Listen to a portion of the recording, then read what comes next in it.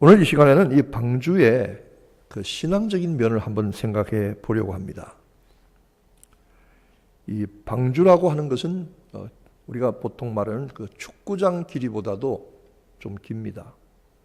300규빗인데 한 45cm 정도의 그 규빗으로 치면 한 120, 30m 정도 되는 길이입니다.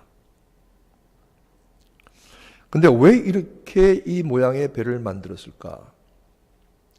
실제로 이 모양대로, 이 규격대로 배를 만들어서, 줄여서, 소형으로 만들어서, 실험을 했더니 가장 어떤 풍랑에도 안전하게 운항할 수 있는 배의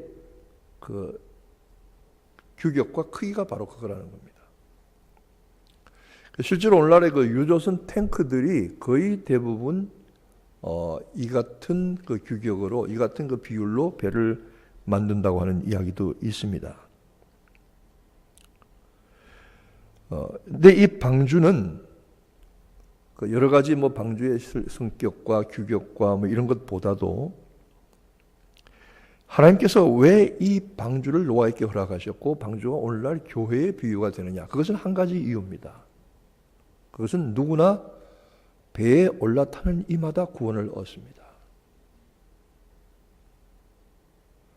실제로 여러분 배를 타보세요. 배에 올라타는 사람은 안전하게 바다를 건너서 또는 강을 건너서 자기의 목적지까지 갈 수가 있습니다. 저는 어릴 때부터 이 타는 걸 참 좋아했어요. 배를 타든지 차를 타든지 타는 걸 너무너무 좋아했어요. 시내버스, 시외버스, 배, 기차, 어디 가는 건 너무너무 좋아요. 그래서 차를 타고 어디 가는 것, 배를 타고 무슨 탈 것을 참 좋아했는데 이 배를 타면 일단 올라타야죠. 그 안에 들어가면은 안전을 보장받습니다. 그리고 목적지에 이르는 노정을 보장받습니다. 그리고 배에 들어온 가족의 일원이 되는 것이죠. 여기서 우리는 노아의 방주를 하나님의 몸된 교회로 비유해서 이해할 때에 여러 가지 생각할 점들이 있습니다. 여러분, 세상의 일반 사람들의 관점과 생각에서 보면 노아처럼 어리석은 사람도 없습니다. 갑자기 노아의 가족들, 식구들이 나무를 베어서, 그것도 가까이 있는 나무가 아니라 멀리 가서 나무를 베어다가 그 큰 나무들을 끌고서는 높은 산으로 갑니다. 나무를 끌고 통나무를, 보통 산에서 나무를 베어서 내려와야 되는데, 여러분 그렇잖아요. 산에서 나무를 베어서 내려와야 되는데 산에서 나무를 베어서 위로 올라갑니다. 그거 뭐 하는 일이냐? 왜? 뭐 하냐? 이 측백나무, 잣나무로 배를 짓는다는 겁니다. 아니, 배를 지으려면 물가에 가서 지어야지. 그렇잖아요. 조선소는 전부 바닷가에 있잖아요. 오늘날도. 그래서 배를 지어서는 그 배를 물에다가 밀어넣으면 나중에 배가 물에 뜨게 되는데, 아니, 정말 이상하다. 정말 이상하다. 어떻게 나무를 베어서 산으로 가냐? 그리고 거기서 배를 만드냐? 우리가 간단하게 상식적으로 생각해도 노아 이게 정신 나간 영감입니다. 이게 웃기는 사람입니다. 이게 미쳐도 보통 미친 게 아니죠. 참나, 그 영감이 실성했나 봐. 돌아서 무슨 산에다가 나무를 짓는데, 그리고 한다는 얘기가 온 세상이 물로 다 덮인데 이 높은 산에 많은 사람들의 조롱과 비난을 받았을 것입니다. 여러분, 우리가 신앙생활하는 것은 보통 세상 사람들이 생각하는 그런 생각과 다릅니다. 우리는 사실 이 신앙생활, 교회생활에 상당히 익숙합니다. 그렇죠? 우리 벌써 한 나이가 50이 된 분들은 교회에서 교회밥을 한 50년 먹었다고 그런 분도 있고, 우리가 신앙생활 몇십 년씩 그래도 나름대로 모태신앙인 분도 있고, 여기 와서 10년, 20년 미국 와서 하신 분도 있는데, 우리가 교회 문화나 신앙생활에 참 익숙합니다. 그냥 우리 편안하게 교회 오면 참 편안하게 하지만,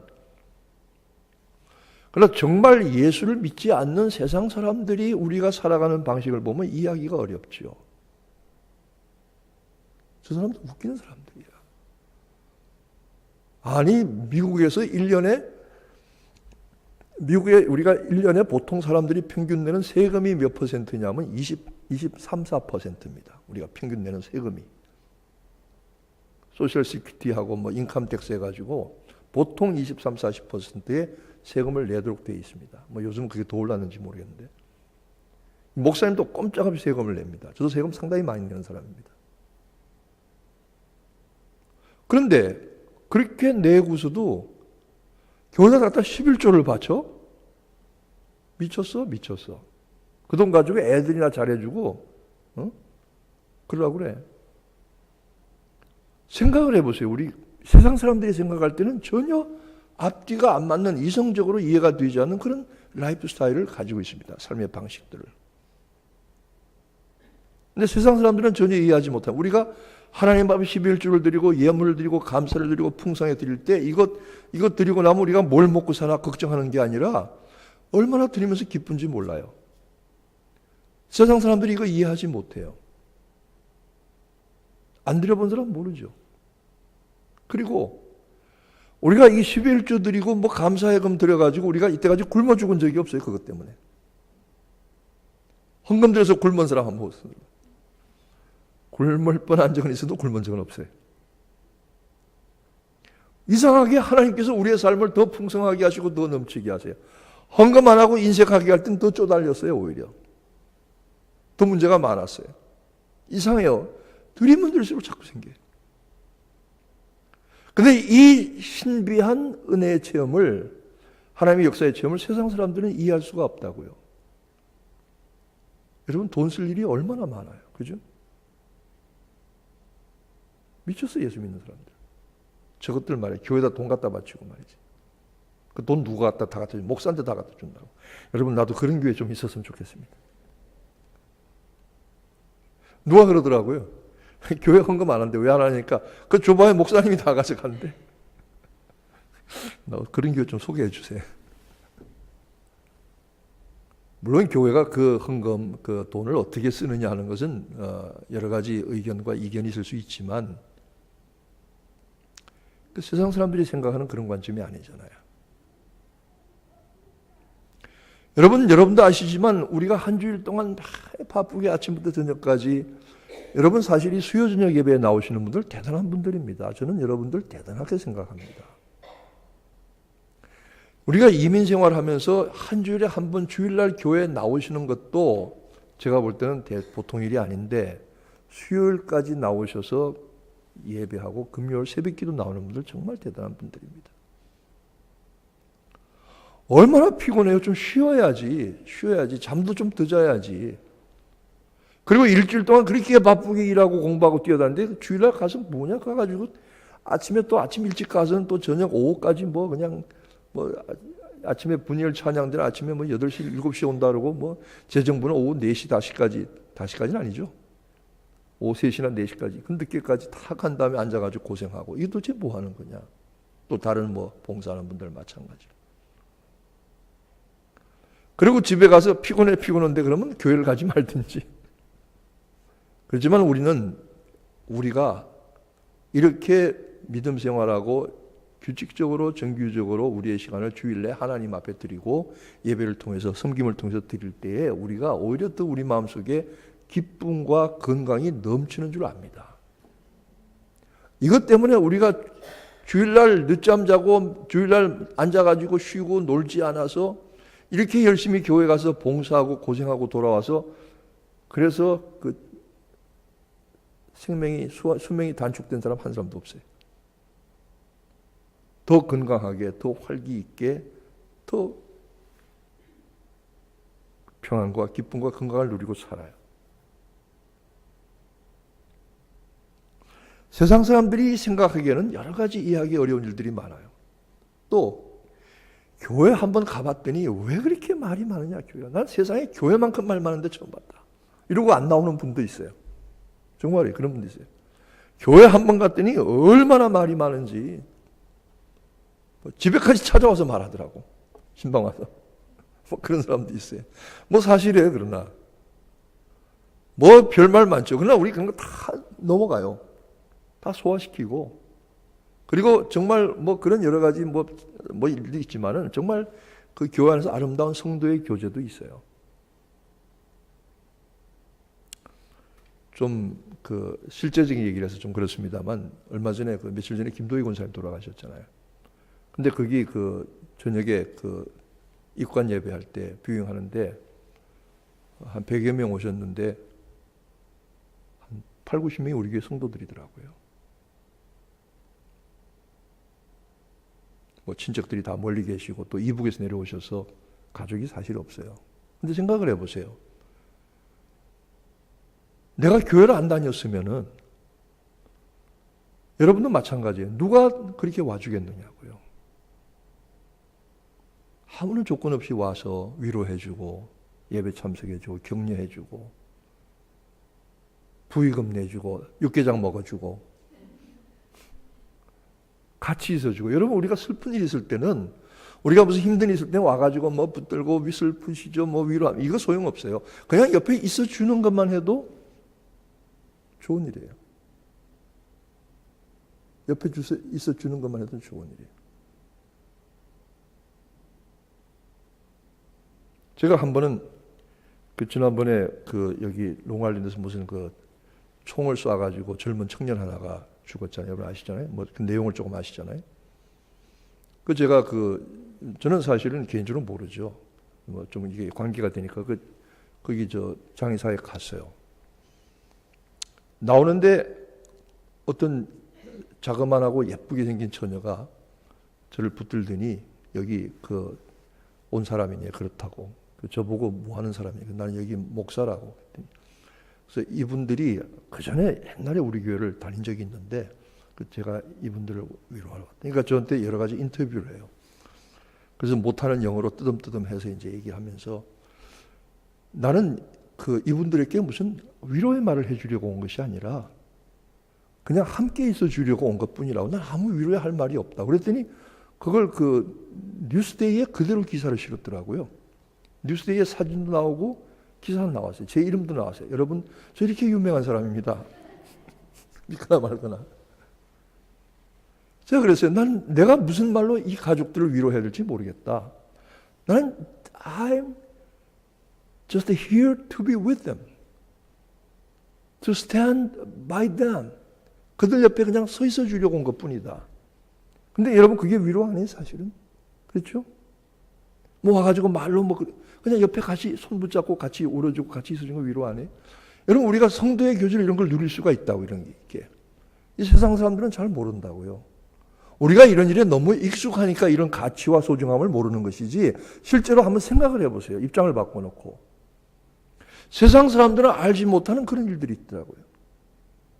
여러분 우리가 하나님의 말씀을 잘 듣고 저도 그렇습니다. 저도 제가 이 설교를 한 30여 년 목회 생활을 한번 했지만은 항상 말씀이 설교가 잘 되는 거 아니에요. 어떤 데는 정말 죽을 쓰는 때가 있어요.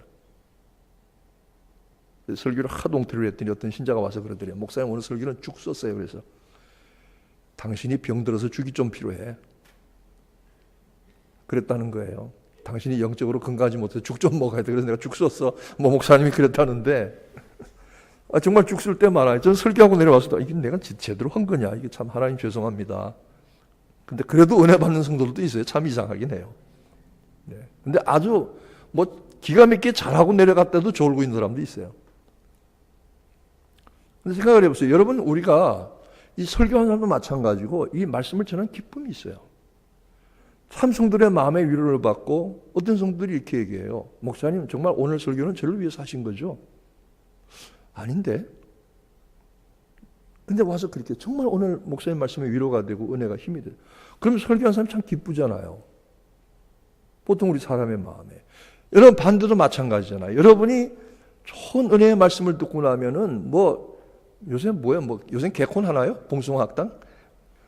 그런 거 앉아가지고 본 것보다 훨씬 더 마음의 기쁨이 은혜가 넘친다고요. 그렇잖아요. 좋은 말씀 들으면. 그렇잖아요. 이상한 연속 보고 그냥 생각이 왔다 갔다 하는 것보다도 훨씬 말씀을 듣고 말씀의 은혜를 받는 이 기쁨이 있다. 말씀에 기쁨이 있다고요. 정말 말씀이 꿀송이처럼 달다고 하는 그 비유가 이해가 된다고. 이거 세상 사람들 전혀 모른다고요. 우리는 어떤 사람들이냐면 세상이 알지 못하는 기쁨을 맛보는 사람들이에요. 세상이 알지 못하는 은혜를, 세상이 알지 못하는 힘을, 세상이 알지 못하는 평안을 누리는 사람들이에요. 주님께서 이렇게 말씀하셨어요. 내가 너희에게 평안을 끼치노니 내가 주는 이 평안은 세상이 주는 것 같지 아니하니라. 제가 저희 처 때문에 한때는 너무너무 울어가지고 선글라스 끼고 다녔어요. 눈이 탱탱 부어가지고. 선글라스 끼고 다니고 울었는데 하나님께서 한 번은 내게 평안을 주시는데요. 야, 저는 그 하늘의 평안이 무슨 마약보다 더 지독한 것 같아요. 뭐 마리화나 뭐 헤로인 안 해봐서 잘 모르지만 그런 거 먹고 기분 좋은 거 이런 정도가 아닌가. 정말 하늘의 평안이 쏟아져 들어오니까요. 이 평안이 감당이 안 되더라고요. 이게 세상에 이런 평안이 있는가. 정말 하늘의 평안이 있다더니 정말이구나. 내가 너에게 평안을 끼치노니 이 평안은 세상이 주는 것 같지 아니하니라. 야, 이런 게 다 있구나. 우리 그런 거 맛보는 사람들이잖아요. 세상이 알지 못하는. 노아가 그랬어요. 노아가 산꼭대기로 나무를 도로 끌고 올라가서 그 산꼭대기에서 큰 배를 짓는데 사람들이 비웃었을 거 아니에요. 그거 무슨 짓이냐. 그런데 노아 속에는 하나님의 말씀을 순종하는 기쁨이, 세상 사람들은 미쳤다고 하지만, 여러분 여기 우리 집사님도 전도하러 늘 나가시는 분 있고 또 우리가 전도할 때 함께 나가시는 분들이 있지만 가서 전도지 줄 때 여러분 사람들이 아이고 한빛교회에서 오셨어요. 감사합니다. 제가 이거 받고 예수 믿겠습니다. 이런 사람들 어디 있냐고요. 전부 주면 뿌리치고 집어던지고 콧방 끼고 할 일도 되게 없네. 그러고 간다고요. 근데 우리에게는 알지 못하는 기쁨이 있어요. 세상 사람들이 몰라요. 노아는 이상한 인간이고 정신 나간 영감이고 웃기는 사람이지만 도대체 이해가 안 되는 사람이지만 그 노아가 세상 사람들이 알지 못하는 기쁨과 은혜와 소망과 목표를 가진 것은 하나님이 그와 함께 하셨기 때문이죠. 하나님이 그에게 말씀하셨기 때문이죠. 하나님이 그에게 해야 할 일과 사명을 주셨기 때문이죠. 이것이 우리 인생을 얼마나 값 있게 하는지 모릅니다. 신앙이라고 하는 것은 남들이 볼 때는 무리하고 무식한 것처럼 보이지만 그러나 우리에게는 그 신앙의 근거가 있습니다. 세상이 알지 못하는 기쁨과 세상이 알지 못하는 일은 하나님이 우리에게 주신 말씀과 사명이 있기 때문에 그런 것입니다. 두 번째로 여러분 이 배는 무조건 올라타야 됩니다. 그렇죠? 노아가 방주를 만들었으면 무조건 올라타야 됩니다. 무조건. 재밌는 이야기가 있어요. 옛날 구소련의 그 공산주의 사회, 지금은 좀 덜하지만 하도 이 사람들이 뭘 사기가 어렵고 물건도 없으니까요. 소련 사람들은 가다가 줄만 서 있으면 무조건 줄 선대요. 그거 왜 서냐? 몰라. 여기 자주 줄 서 있으니까 뭐 하나라도 건줄 것 같아. 야, 근데요, 이 서양 사람들이, 미국 사람들이지만 줄 서는 거 기가 막히게 잘하는 사람들이에요. 우리 한국 사람들 속 터져서 못해요. 지난번 재작년인가 작년에 벌써 재작년이구나. 샌디 태풍이 와가지고 일주일 동안, 열흘 동안 전기가 안 들어오고 가스스테이션 다 문 닫았을 때요. 사람들이 무조건 차 대고 서 있더라고요. 줄 서고. 저도가 뒤에 서 있었어요. 그래서 여기 얼마나 서 있었냐니까 9시간 서 있었대. 그냥 무조건 줄만 서면 서는 거예요. 저도 그래서 가다가 주유소에 줄만 서 있으면 서 있어요. 한 3시간 섰는데 아무 소식이 없어. 앞으로 안 가요. 그래서 주유소가 물었는데 이 주유소 안에 17만 갤론의 기름이 있대요. 가스가. 근데 전기가 안 들어서 펌프를 못 돌린대요. 근데 이 전기가 언제 들어올지 아무도 모른대. 근데 사람들 가서 줄 서서 기다리는 거야. 참 대단하다. 무조건 줄 서 기다리는 거예요. 여러분 그때 사둔 기름이 2갈론이 아직도 제 그라지에 있습니다. 쓰다 남은 게. 무조건 올라타야 돼요. 이 말씀 무슨 말씀이냐면 무조건 우리 신앙생활은 교회 중심이어야 해요. 물론 이 교회는 반드시 눈에 보이는 유형적인 교회만을 말하는 것이 아니에요. 그러나 이 유형적인 교회 안에는 참 눈에 보이지 않는 참된 교회도 이 안에 들어가 포함되어 있다고요. 그렇잖아요. 교회는 대개 두 가지로 구분하잖아요. 보이는 교회와 보이지 않는 교회잖아요. 보이는 교회는 뭐 이 사람 저 사람 다 와가지고 앉아서 뭐 이게 보이는 교회지만, 보이지 않는 교회는 정말 주는 그리스도시여 살아계신 하나님의 아들이심을 믿고 고백하는 그 신앙의 고백이 튼튼하고 확실한 사람들이 모인 눈에 보이지 않는 그 공동체가 있다고요. 근데 결국 그 무형의 교회도 유형의 교회 안에 포함이 되어 있는 거예요. 그러니까 구원받으려면은 이 한빛교회 건물 안으로 들어와야 돼요. 반드시 우리 교회가 아니라도 교회 건물 안으로 들어와야 돼요. 교회 예배 안으로 들어와야 돼요. 교회 사귐 안으로 들어와야 돼요. 말씀 안에 들어와야 되고 가르침 안에 들어와야 돼요. 그게 구원의 조건이에요. 이런 분들이 있어요. 꼭 교회 가야 됩니까? 목사님 요새 뭐 그 인터넷 보면 설교 뭐 목사님들이 설교 경연대회 하시는지요? 뭐 얼마나 많은지 몰라요. 제가 방송을 요새 안 하는 이유 중에 하나가 그겁니다. 저보고 자꾸 이 방송국에서 하라고 그러는데 난 돈도 없어요. 우리 교회 돈도 없지만 또 한 가지는 목사님들이 나가서 설교 경연대 하는 건 나 그게 하기 싫어요. 내가 안 해도 훌륭한 분들이 많은데 뭐 나까지 나갑니까? 뭐 꼭 교회 와야 됩니까? 주일날 앉아가지고 뭐 이렇게 그 하면은 뭐 그러면 내가 필요하면 교회 저걸 하나 두고 헌금은 뭐 체크로 보내든지 크레딧 카드로 결제하든지 뭐 그래도 요새 크레딧 카드 받는 한국의 교회들도 미국에 있다니까. 그럼 될 거 아닙니까?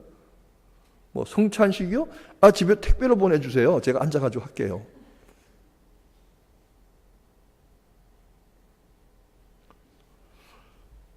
그런데 이 교회 안으로 들어와야 돼요. 여러분, 저는 요즘 같은 그 인터넷 시대에 그 사이버 스페이스에서 뭐 이런 식으로 예배를 집에서 드리고 하는 거 하지만은 아닙니다. 예배는 그게 아닙니다. 제가 그 신학교에 처음 입학을 했는데, 오래전에요. 신학교에 처음 들어가서 그 처음 예배를 드리는데, 한 1000여 명의 학생들이요. 강당에서 찬송을 부르는데 나는 그런 찬송 처음 들어봤어요. 1000여 명의 학생들이, 젊은 학생들이 막 찬송을 하는데요. 그 찬송이 천사들이 부르는 것 같더라고요, 세상에. 미안하지만 노인들이 내 주를 하고 부르는 게 아니더라고요, 이게. 막 천사들이 하늘을 움직이는, 막 강당이 막 쩌렁쩌렁 하는 찬송을 부르는데요. 그것도 젊은 사람들이 사부로 부르더라고요. 얼마나 기가 막힌지 세상에. 그 찬송 그 한가운데서 있는데 막 눈물이 쏟아지는, 너무 감격이 돼서. 야, 이렇구나. 예배는 그렇게 드리는 거예요, 사실은. 계시록에 보면은 하늘의 예배가 뭐예요? 하늘의 모든 천군 천사들과 모든 구원받은 성도들이 흰옷 입고 나와서 종려나무 가지를 흔들리면서 모든 천군 천사들이 24장로들이 하나님의 보좌 앞에 구원하심이 보좌에 앉으신 우리 하나님과 어린 양에게 있도다 하고 영원 무궁이 있도다 하고 찬송하는 거 아니겠어요? 그게 예배 아니에요? 예배는 그렇게 드리는 거라고요. 집에 인터넷 앉아가지고 설교 보는 게 아니라고요. 구원의 방주안으로 뛰어들어와야 된다고요. 뛰어들어와야 산다고요. 그러면서 이 교회가 왜 하나님께서 이 교회를 이렇게 허락하시고 한빛교회 무슨 교회 지역교회를 허락하셨느냐. 이 교회가 세상적으로는 여러 가지 문제가 있고 어려움이 있을지 몰라도 인간적인 약점과 문제가 시끄러운 일들이 있을지 몰라도 이 교회 안에서 하나님께서 구원을 허락하시기 때문에. 바울 사도가 이걸 몰랐겠어요? 바울 사도가 아시면서 가는 곳마다 교회를 개척을 했어요. 바울 사도가 가는 곳마다 개척한 교회마다 그 교회를 축복하면서 말씀을 전했어요. 그 로컬 처치가 소중한 줄 알았기 때문에. 여러분 뭐 인터넷 앉아가지고 하늘의 교회 이게 아니에요. 로컬 처치의 중요함과 로컬 처치 우리 개교회 이 지역에 있는 교회들이 얼마나 하나님 보시기에 중요한지 몰라요. 이 로컬 처치 개교회를 통해서 하늘의 교회가 이루어지는 거예요. 이건 무시하고서는 안 되는 거죠. 무조건 들어 올라타야 돼요. 그래서 우리의 모든 신앙생활이 교회 중심이 돼야 돼요. 제가 저희 어릴 때만 해도 저희 그 친구들이나 그 또래 중에서 참 지금 다 어디 가서 뭐 하는지 모르겠는데 그 여학생들 가운데서 꼭 집에 갈 때 교회 와서 기도하고 가는 애들이 있었어요. 학교에서 집에 가면서 꼭 교회 가서 기도하고 가는 거예요. 그러면서 와가지고 교회 청소하고 가는 거예요. 강대상도 한번 닦고 가고. 여학생들이요. 우리 딸들한테 그걸 시켰다가는 무슨 소리를 들을지 몰라요. 그 아이들이 교회 와서 그냥 아무도 없을 때 집에 가면서 꼭 교회에 들러서 기도하고 가고. 그리고 교회 손 한번 대고 강단상을 한번 닦고. 그런 사람들이 있었다고요. 우리 어머니 때도 우리 누님들 때도 그런 사람들이 있었어요. 항상 교회 와서 교회 중에. 교회 중직자들은 항상 교회에 와요. 항상 교회 와서 교회를 살펴요. 그리고 교회가 아무리 자기 생활에 분주하고 바빠도 그 삶의 중심 그 가운데 있어요. 여러분, 교회를 사랑하는 것은 다른 게 아닙니다. 주님을 사랑하니까 교회를 사랑하는 겁니다. 정말로 주님을 사랑하는 사람은 교회를 사랑할 수가 있어요. 사랑하게 돼 있어요. 제가 미안한 말씀이냐, 정말로 주님을 사랑하는 사람들은 목회자도 사랑하더라고요. 그게 사람이 사랑이 아니더라고요. 주님의 사랑이더라고요. 정말로 주님을 사랑하는 사람들은 내게 무슨 직분을 주시든지 다 감당해요. 기쁘게 감당해요. 아까도 제가 예배 초에 기도했지만 우리의 예배는 주님을 사랑하기 때문에 무조건 교회에 올라타야 되고 무조건 교회 안에 들어와야 되고 무조건 신앙의 중심이 교회, 내 삶의 중심이 교회여야 돼. 그래야 방주에 올라타는 거예요. 교회 생활을 소홀히 하고 예배를 소홀히 하면 구원의 방주에 탔다고 말하기가 어렵지요. 이 노아의 방주는 보면 그 지붕 밑에 창문이 조금 나 있어요. 그러니까 밖이 잘 안 보여요. 그러면 창문을 열어서 노아는 비둘기를 내보내서 물이 빠졌는가 빠지지 않는가 확인했잖아요. 물론 방주로 들어가는 문은 하나뿐이죠. 구원의 문은 하나뿐이죠. 그 말씀은 무슨 말씀이냐면 밖에 무슨 파도가 치건 풍랑이 치건 내다보지 말라는 거예요. 신경 쓰지 말라는 거예요.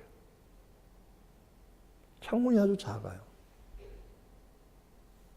물론 여러 가지 다른 이유가 있겠지만 우리가 한번 구원의 방주에 올라타면 영적인 교회에 올라타서 들어오게 되면은 여러분, 우리는 큰 안심과 평안과 안도를 얻습니다. 여러분이 다니시고 섬기시고 예배하는 교회가 구원의 좋은 방주가 되기를 위해서 기도하시기를 축원합니다.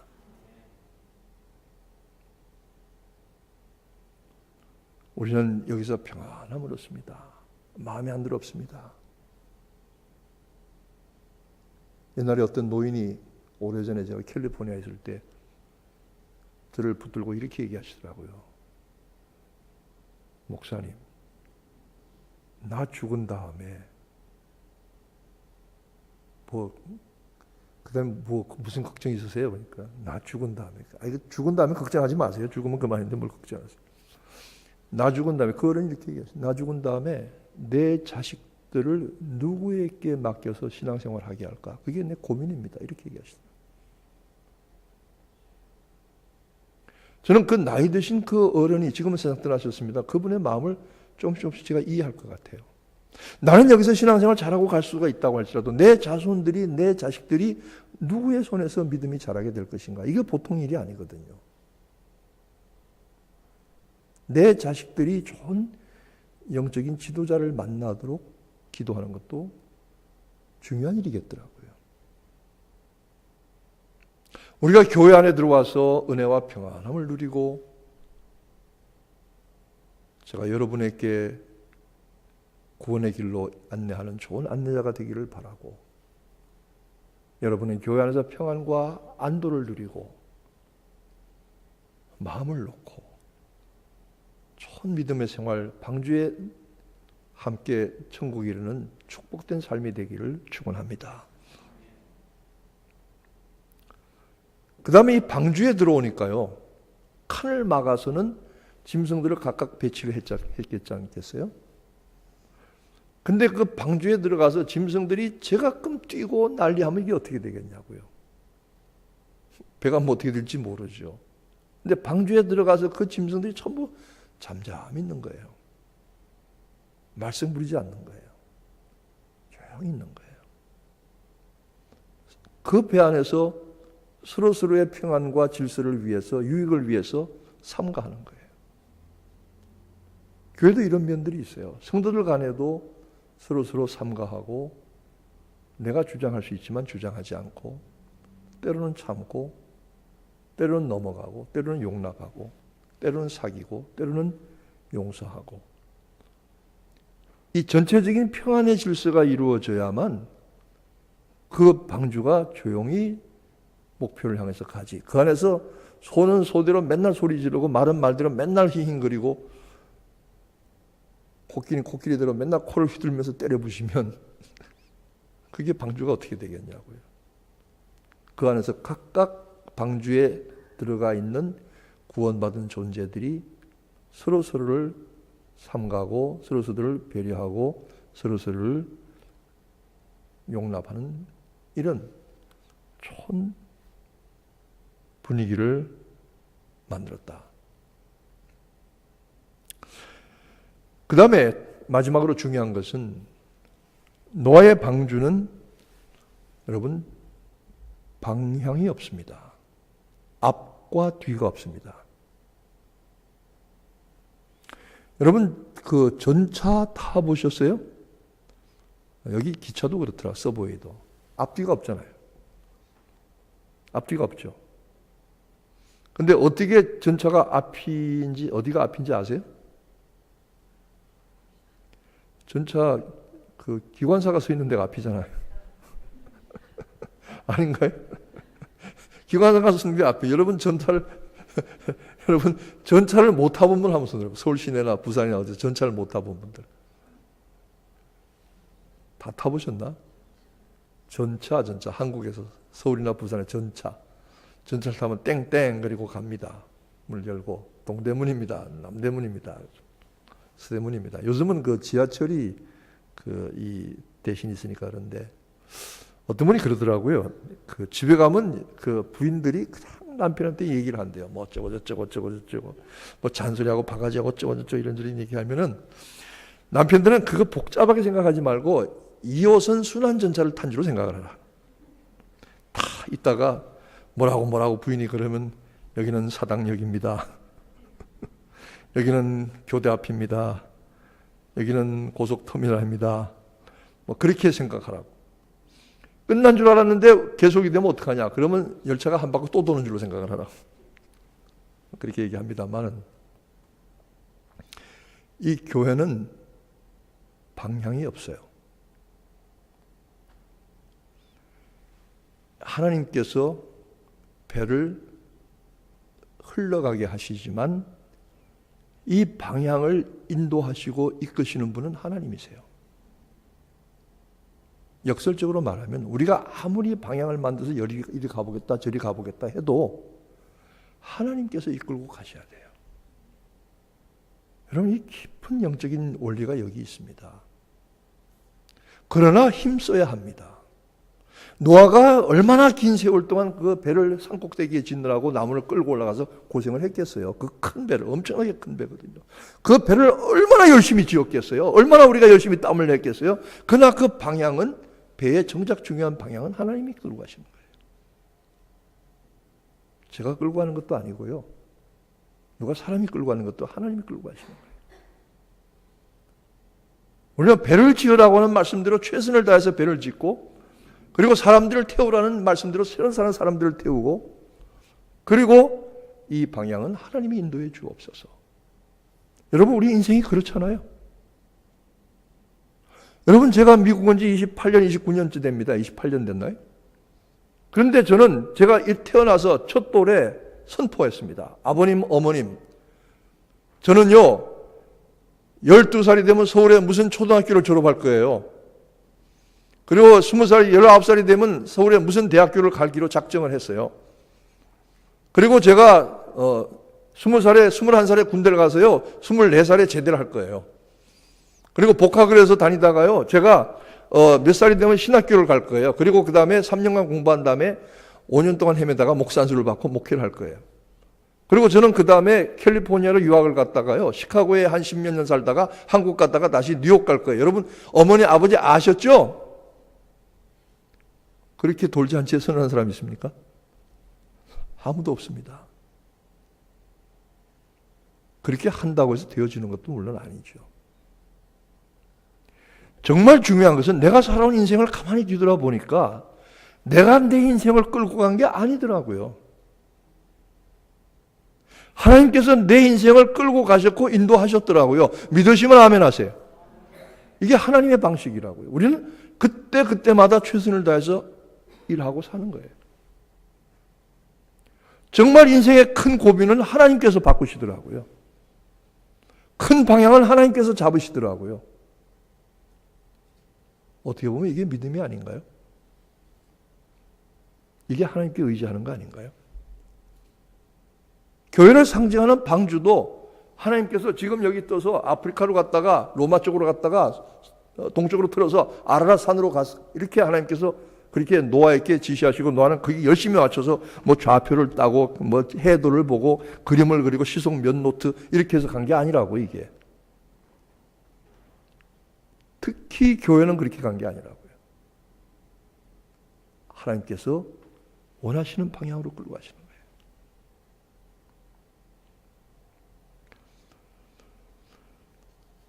노아의 방주에 무조건 올라타시기를 축원합니다. 그리고 여러분의 삶이 하나님의 전적인 인도하심 가운데 진행되고 나아가는 삶이 되기를 바랍니다. 그러나 우리에게 주어진 삶과 사명의 순간순간들은 최선을 다해서 감당하게 되시기를 바랍니다. 우리 인생의 마지막은 하나님께서 정하신 목표에 도달하게 될 것입니다. 노아의 방주를 통해서 주시는 은혜가 저와 여러분에게 있게 되기를 축원합니다. 다 같이 기도하겠습니다.